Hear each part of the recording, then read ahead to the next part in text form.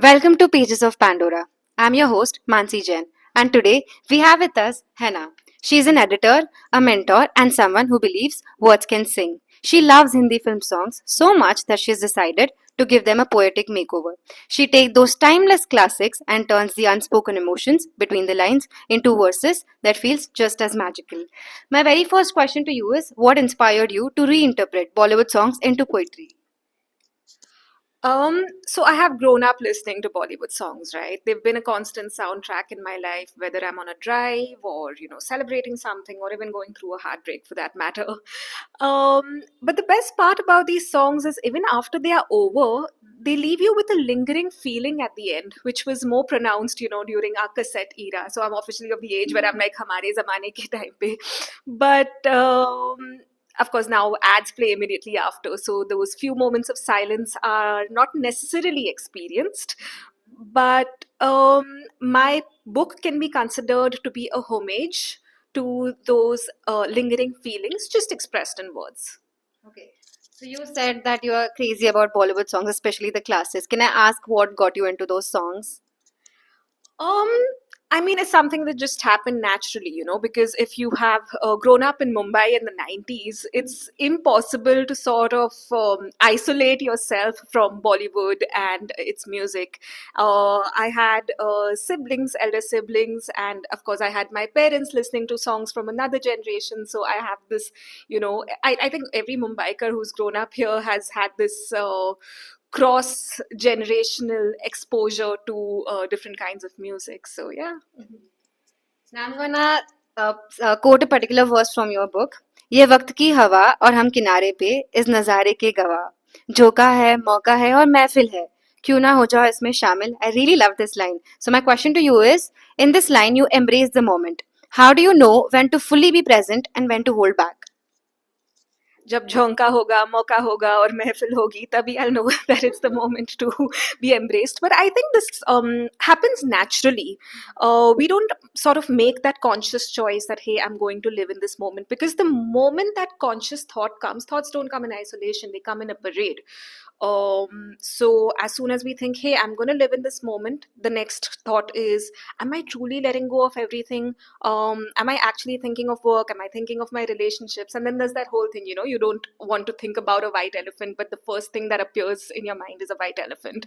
So I feel this was depicted really well in Zindagi Na Milegi Dobara, with when Farhan Akhtar's character, narrates the poem after they're done with the scuba diving experience when he's on the boat.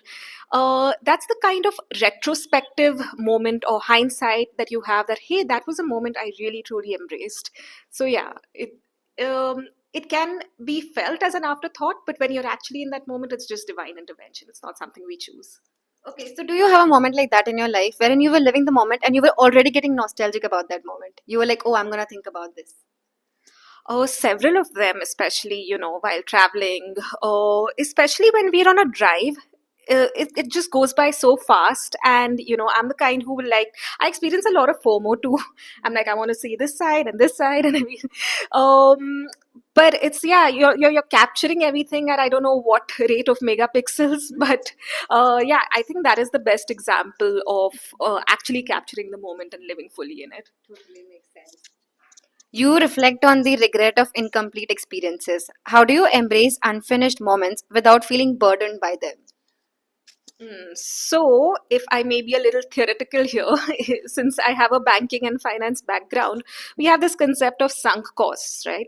So, if you've already incurred some costs, if they're already paid and you cannot be refunded, they should not inform your future decisions. All right. So, just because I have invested, my heart, my time, my energy in a particular project, that does not mean that I should continue to do so, especially if I feel it's not leading anywhere, and if pivoting would actually lead to better opportunities. So I'm not sure, what's that kind of obsession we have with permanence and with finishing things, because as Keynes says, in the long run, we're all dead. So this applies to relationships as well. Just because we've spent a lot of years together, we can of course cherish those memories. Uh, but if there is no future together for either of us, it probably is, time to move on and to pivot before things get worse.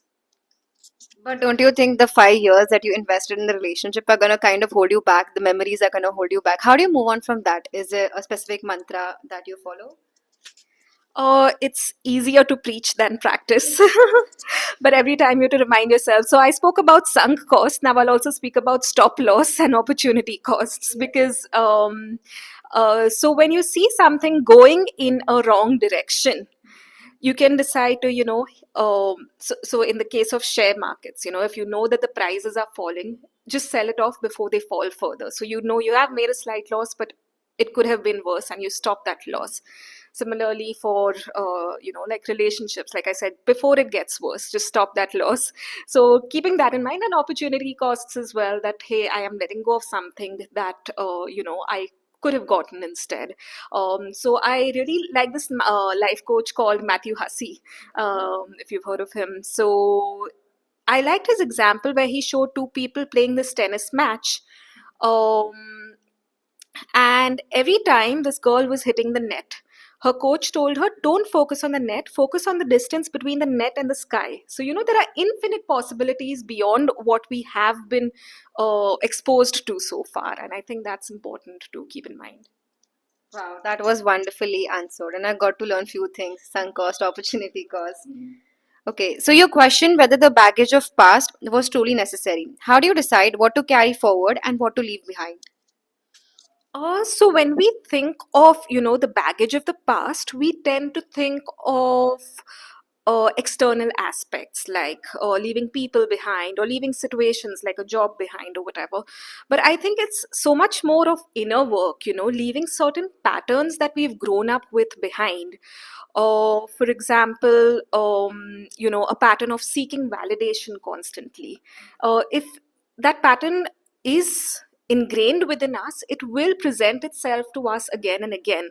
And it is only when we do that inner work of letting go of that pattern, when the external aspects take care of themselves. So if a relationship is actually toxic like we deem it is, it will fall off on its own once the inner work is done. Same thing for any situation. And when should it be done? I mean, inner work is constant, it's a work in progress for lifetime, so there's no right or wrong time to do it. Okay, okay. In Man Ka Pinjra, you invite us to fly with wings. Do you think we are more afraid of failure or the freedom that comes with the possibility? Certainly, the freedom that comes with the possibility. So, there's this quote, right? We are more scared of our strengths than our weaknesses. It's because when we venture into something that ties in with our strengths, that fear arises that if I fail in this, it means this aspect is not really my strength. So I'm actually challenging that belief that XYZ is my strength, So it's extremely scary. One thing I do to, deal with these limiting beliefs of our mind's cage is to think from a third person's perspective. Like, what would a best friend do? Say I'm at an event and I want to approach someone, whether romantically or at a networking event or, as a friend or whatever. My best friend hopefully wouldn't tell me that, hey, look at the way you're dressed and this person is way beyond your league. What's wrong with you? Just sit here. If your best friend doesn't talk to you that way, why do we have that conversation with ourselves, Um, so yeah, letting go of those limiting beliefs, it does help to think from, another person's perspective. What would a best friend do? Is there a possible way for you to like overcome this insecurities that you have, the sort of negative conversations that we have with ourselves? Do you think there is a specific way wherein we can deal with these negative things? I think those all of that requires constant reminders. So, like I said, what would a best friend do? Um, Over time, it's a muscle that you use to practice with. So over time, it becomes automatic that hey, I'm going to think of myself like a best friend. But at least for the first bunch of instances, it has to be a conscious effort. Wow, I like that. My next question to you is: love becomes a quiet force that melts the hardest of stones. What do you think gives love this transformative power? When I was a kid, so my mom has this awful cockroach phobia. But when I was a baby, there was a roach on my foot, and she picked it up with her bare hands, which I have never seen her doing again. So, yeah, love does have power. But what gives it this transformative power is, I think, love is the closest representation, the most tangible representation of the higher spiritual oneness that we talk of. Because when we're in love, we're kind of out of our body, and we are able to relate with or identify with another person. So if it represents something that is so lofty, then it would definitely have at least a fragment of that power. Okay. What do you think about Gen Z? The way they look at love as one night stand, friends with benefits. What is your thoughts on that, your opinion on that? Um, So the thing is, what happens when we have a lot of choices, it's, a paralysis of choice, because you feel you have too many options, and you feel that, choosing one means you're letting go of a lot of other options. And it also stems maybe from some internal phobia of committing. So if you've seen Dear Zindagi, when Alia's character, Shah Rukh tells her that you say bye before they say bye, because you're scared of them saying bye, so you don't want to commit anywhere. So one might want to analyze if it is that fear of commitment that is driving impulsive decisions. Okay. That was wonderfully answered. Life often feels like a balance between choices and destiny. Do you lean more towards control or surrender in this balance? I am tempted to lean more towards control, because that makes me feel important. It gives me the illusion of, playing some role. But life has a gentle way of reminding you that, hey, there is a grander scheme of things at play. So I'll give you an example. 9 years ago, when I applied for this job, my current job, I wasn't even conscious that I was applying for a job. I just clicked on a link like I was clicking on a BuzzFeed quiz, because I was bored one Sunday afternoon, and I ended up getting hired. So what happened there was destiny. Giving my best after I was hired was a choice. So it's always a mix of both. I also agree to that. My life is a mix of choice and destiny. You speak of unspoken stories and letters never sent. Is there a message you wish you had shared or one you never did? So whenever I read this poem, Nobody's Home, I really resonate with it, because it reminds me of the time we all used to live together, along with my siblings and everyone. Um, I think beyond a certain age, especially when we are teens, it becomes cheesy to tell each other, "Oh, I love you." I probably should have said that more often to my siblings and family members, although it's not too late now. And I was quite an introvert kid as well, which is why I need such platforms like poetry to express myself. So my introversion may have been misunderstood sometimes as coldness or a lack of interest. Now, fortunately, we have WhatsApp, so that us introverts don't have to face the existential dread of phone calls. So yeah, it's again never too late to express oneself. And another thing is establishing boundaries. Now, it may come across as negative, but assertion rather than aggression could save relationships in the long run as well. So I've written a lot of love letters in the last page of my diaries. Do you also have a story like that? Anything? I believe I do. So I have been writing, or rather scribbling stuff ever since I was a kid. And I just hope during spring cleaning nothing embarrassing comes up, I'm like, it's okay. Maybe, especially now that I'm an editor, I get so conscious of everything. I'm like, okay, I'll just rephrase it. Just give me that notebook in my hand. But yeah, I'm sure there are a lot of unsent love letters. Also, I myself am an emerging writer. So, do you have any advice that you'd want to give to people like me who are struggling? They are figuring out how to make money as a writer. Anything that you'd want to say to that? So I've heard this quote somewhere. I don't remember the person's name. In case you do, you could let me know. To write when drunk and edit when sober. So uh, yeah, I think. Like I just said, that editor in my head, it is kind of noisy, saying that, oh, this is not good enough, this is not good enough. And that kind of holds me back sometimes. And that's what's, held me back so far. Even though I've been writing for so long, this is my first book. Um, So writing when drunk could mean, even if you have like a dictaphone when you're in the shower and the best ideas occur to you, then that's fine. So there was this scientist who used to have this theory of when the penny drops. So he used to keep a penny between his legs, and whenever he was about to fall asleep, the penny would fall on the tray and make a clink sound. Then he would get up and write down whatever would occur to him, because those were the best ideas. So, whatever that means for us, when our penny drops, when we are in the shower or when we are driving or whatever, at least have, if not a notebook, if it's not feasible to write, right, then, at least a dictaphone, anything to take down your ideas, they're worth saving now. So where do you get these inspirations to write? Like I got that you get it from your showering when you're sleeping. I usually get it when I'm trying to go to bed. So how do you get those ideas? Um, I think it's also about exposing ourselves. Uh, so something that is super mundane, I'm like, hey, this can be a poem. And that's not a mode that I'm constantly in.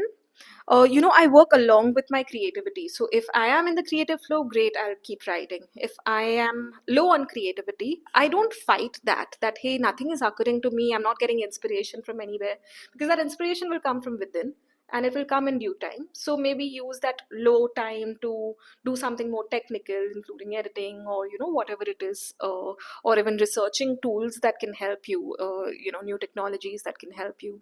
I think it can be a nice mix of both. Yeah. Is there a specific way in which you deal with the writerly block? As in you do not have any creative freedom and you want to deal with it. How do you or you just let it be? I let it be. Since it is not my profession, I can afford to let it be. But I think I would seek that advice from professional writers. How do you deal with a writer's block when it's not an option to deal with? Yeah. Yeah, well, so like I said, I work with the creative flow. I don't force myself. But another thing is, when it comes that creativity, I don't have that limitation key. I have to write at least 2 poems a day. If I feel creative enough, I'll I'll go all out and I'm going to write like 10 poems, because I know there will be days when I don't have that. So those contingency plans need to be there in advance. Yeah. I agree. That happens with me as well.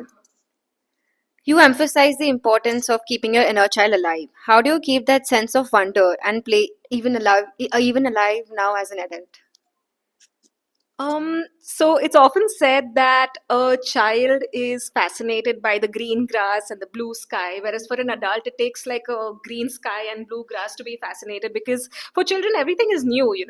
For us, we are already exposed to so many things, so it becomes mundane. But I think maintaining that spark of curiosity, whether it's through travel or, exploring new corners of your city, or even exposing yourself to content that you've already consumed, say a book you have already read, if you can gain some new perspective, or a song or a movie. So recently I was watching Swades for like the nth time, and there's this scene where Shah Rukh's character, he goes to this villager's house to collect some debt. He spends the night outside, and the director focuses on the moon. Shah Rukh's looking at the moon because his character works in NASA, likely. So perhaps the director wanted to convey that man has reached the moon and back, but the earth is still, plagued with so many problems, like the poverty that he just witnessed. So yeah, just maintaining that open mind that, hey, even though I've seen it, maybe some new angle can, be thrown at me. And even since you spoke about maintaining the child alive, even the animated movies we saw as kids, watch them again. I'm sure you'll find like a deeper perspective. Do you find that wonder in nature even now as an adult? I tend to, since I travel a lot.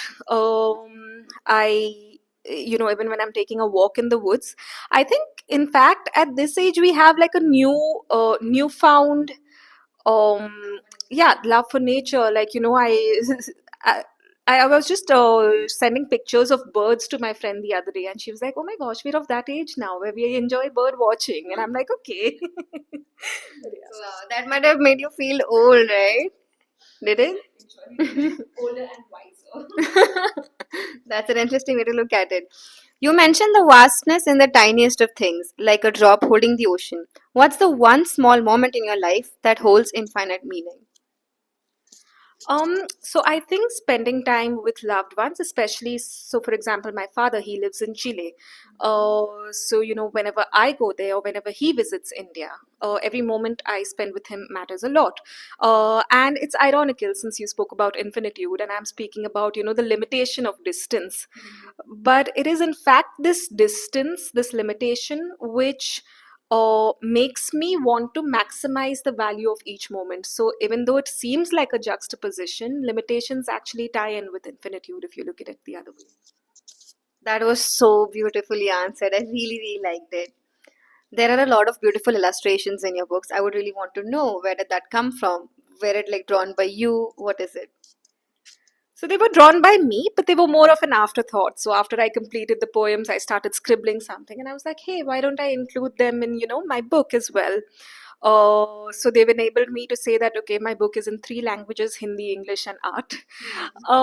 So I don't want to sort of project or impose, any takeaways for readers, especially for art, which has, a lot of scope for taking away, whatever resonates with you. Uh, but I would just say that, some feelings don't make their way to words. For everything else, there's poetry and lyrics. How would you describe your book in 3 words? Music, musings. That's cheating.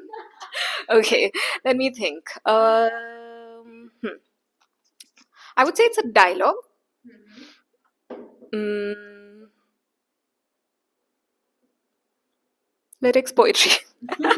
And dialogue most importantly because I'm having that conversation. So even though I've called them extensions because technically, you people need to understand what exactly it is in our summaries and our blurbs, but it's a dialogue that I'm having with, the lyricist. So what if we were in one room, what kind of conversations would I have? I would consider it more of that.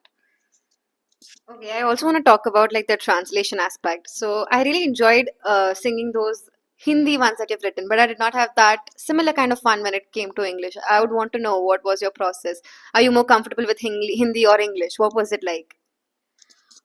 So I have grown up writing in English, but certainly, Hindi गाने में अपना ही, मजा है, which is something I felt too because if you're singing along, it's definitely more fun that way. I just wanted to make it accessible to a wider group of people if they don't understand Hindi, but if they do, I would definitely recommend them to, read the Hindi version first.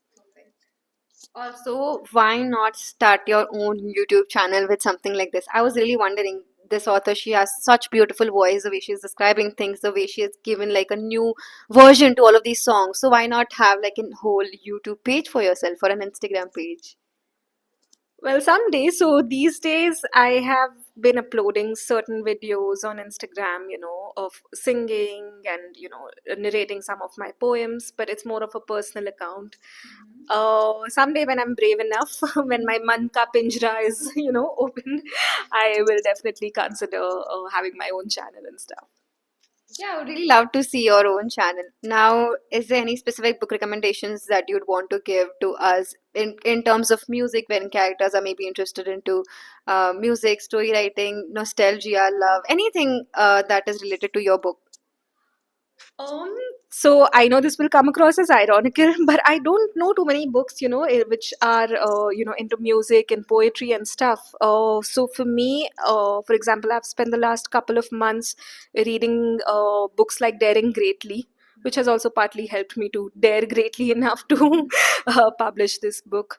I really love the ideas of Brené Brown, um, and 10% happier. So a lot of self-help books, since you even earlier asked about how to deal with that inner voice, I think self-help books are a great way as well. Okay. Now, I think one more question that I would want to ask you is what motivates you as a writer? Like I know that there is this inner satisfaction that you have that you want to do and contribute to the world, but is there any specific instance that convinced you, I should write my own books, I should be doing my own thing, and I want people to hear what I have to say because it is important?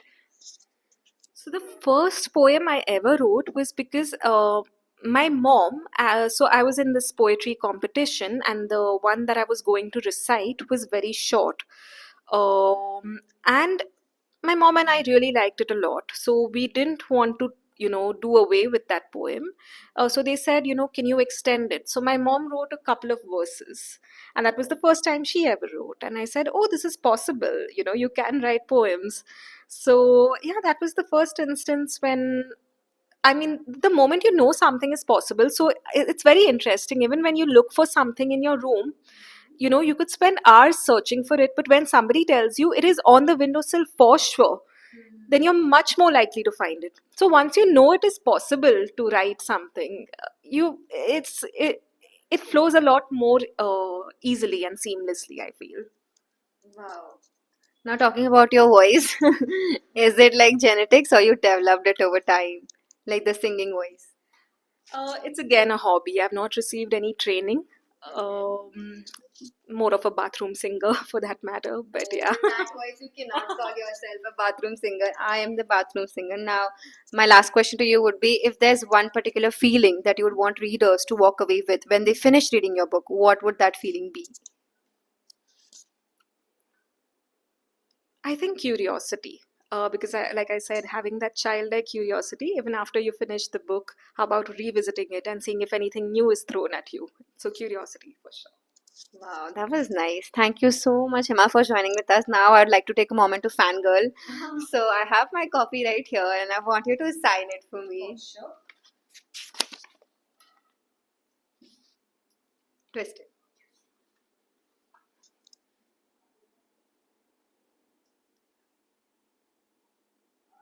Can you also write me a little note, dear Mansi?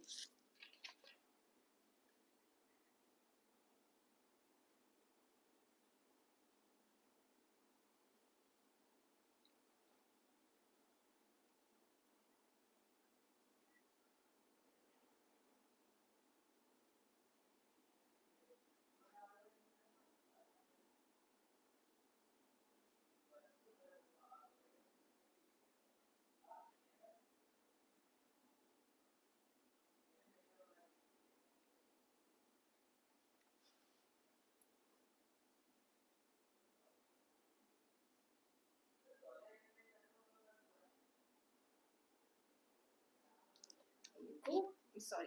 No, it's okay. This is a message that's going to be a secret between her and I.